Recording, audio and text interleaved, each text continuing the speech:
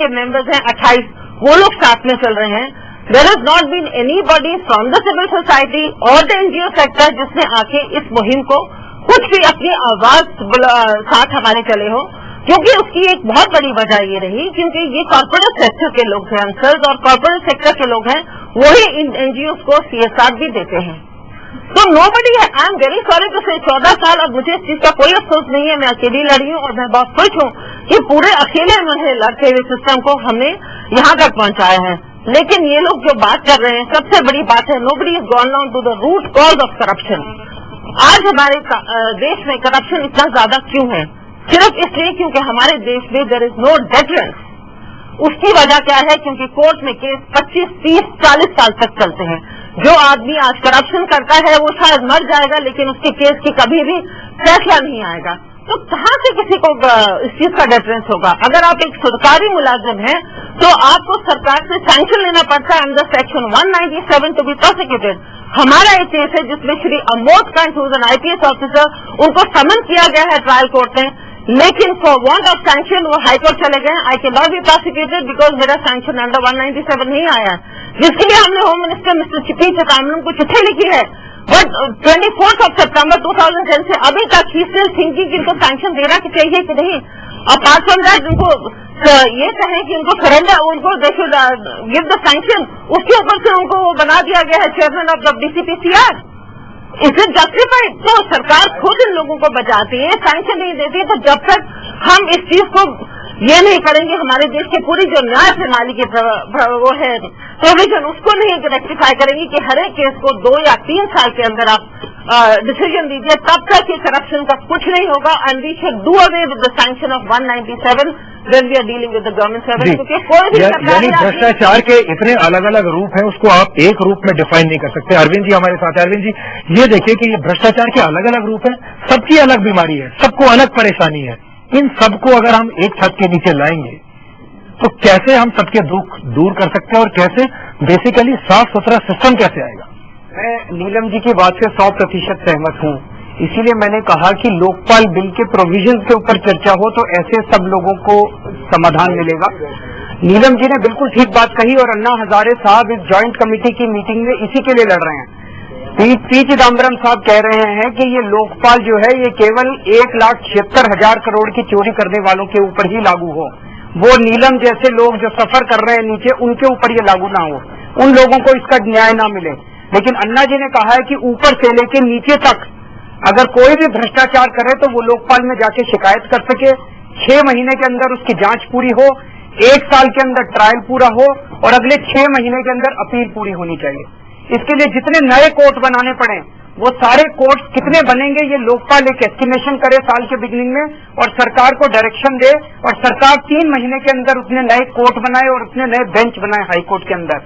Section 197 को भ्रष्टाचार के दायरे से हटाने के लिए सरकार तैयार हो गई है कि अब अगर ये लोकपाल बिल आएगा तो section 197 of CRPC, section 19 of prevention of corruption act, ये कोई नहीं लगेगा।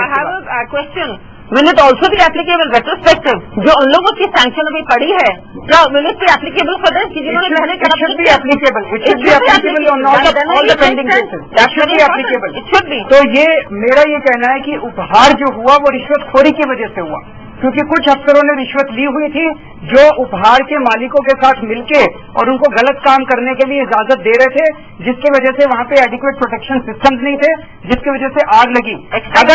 अगर लोकपाल बिल होता तो आप शिकायत कर सकते थे और उन लोगों को दंड मिल सकता था, इसको प्रिवेंट किया जा सकता था। तो इसका समाधान इसके अंदर है। इसीलिए मैं बार बार बोल रहा हूँ कि अगर इसके प्रोविजन के ऊपर हम चर्चा करेंगे तो शायद जनता को ज्यादा इसका फायदा मिलेगा। जी बिल्कुल। जैसे अभी नीलम जी को भी इसका आइडिया नहीं था, नीलम जी को ये लग रहा था कि ये लोकपाल बिल शायद केवल ऊपर के उसके बारे में। What I was trying to say it was something different. I said you talking about corruption, but nobody spoken about corruption when you lose life. That is one thing you people have not touched. That is what I was trying to say. I would really encourage you that if you think that anything is missing in this law, right now all of us are on the drafting stage. We are on the drafting table. आप please इसको पढ़ लीजिए, basic provision को हमारी website में जाके। अगर आपके कोई सुझाव है please get in touch with us. किसी के भी व्यूअर्स में किसी के भी दर्शकों को भी बता दीजिए कि अगर किसी का कोई सुझाव है तो कैसे पहुंचे ड्राफ्टिंग कमेटी तक और कैसे वो अपने सुझाव दे सकता है, बता दीजिए। आप अगर जितने व्यूअर्स हैं, अगर आपके कोई भी सुझाव हैं तो indiaagainstcorruption.org या lokpalbillconsultation.org, ये 2 वेबसाइट्स हैं। आप इन वेबसाइट्स पे जाके उस पे ईमेल एड्रेस दिया हुआ एक फॉर्म भी है, उस फॉर्म को भर के आप अपने सुझाव दे सकते हैं। और जितने अच्छे सुझाव आ रहे हैं उन सारे अच्छे सुझावों को हम ज्वाइंट कमेटी में लेके जा रहे हैं। पिछले हफ्ते की मीटिंग में हम लोगों ने 31 सुझाव जो जनता से आए थे हमारे पास, वो 31 सुझाव हम लेके गए हैं। इसलिए हम बार बार कह रहे हैं कि हम 5 लोग ये नहीं समझ रहे कि हमारे पास सारा विजडम है। हम जनता के बीच में देश भर में घूम घूम के लोगों से सुझाव ले रहे हैं। कर्नल वीएन थापर इस वक्त हमारे साथ हैं और कर्नल वीएन थापर फादर हैं स्वर्गीय कैप्टन विजयंत थापर के, जो कि कारगिल के दौरान शहीद हुए थे। कर्नल साहब, आपका क्या टेक है पूरे उस पर? आपने भी सिस्टम को देखा है, आपने इस देश के लिए अपने बच्चे को खोया है, कुर्बानी दी है आपने। एक बाप के लिए सबसे दुखद दिन वो हो सकता है, आपका क्या टेक है? देखिए जी, अभी आपने भगत सिंह, राजगुरु वगैरह का नाम दिया था। मैं नाम लेता हूं इस पीढ़ी के बच्चों की, जिसमें विजयंत, विक्रम बत्रा, मनोज पांडे वगैरह यंगस्टर्स थे, जिन्होंने इस देश के लिए अपनी जान कुर्बान की। आफ्टर ऑल हम चाहते हैं कि हमारा देश एक अच्छी जगह हो, सुरक्षित जगह हो, जहां पे सबको न्याय मिले। हम यही चाहते हैं।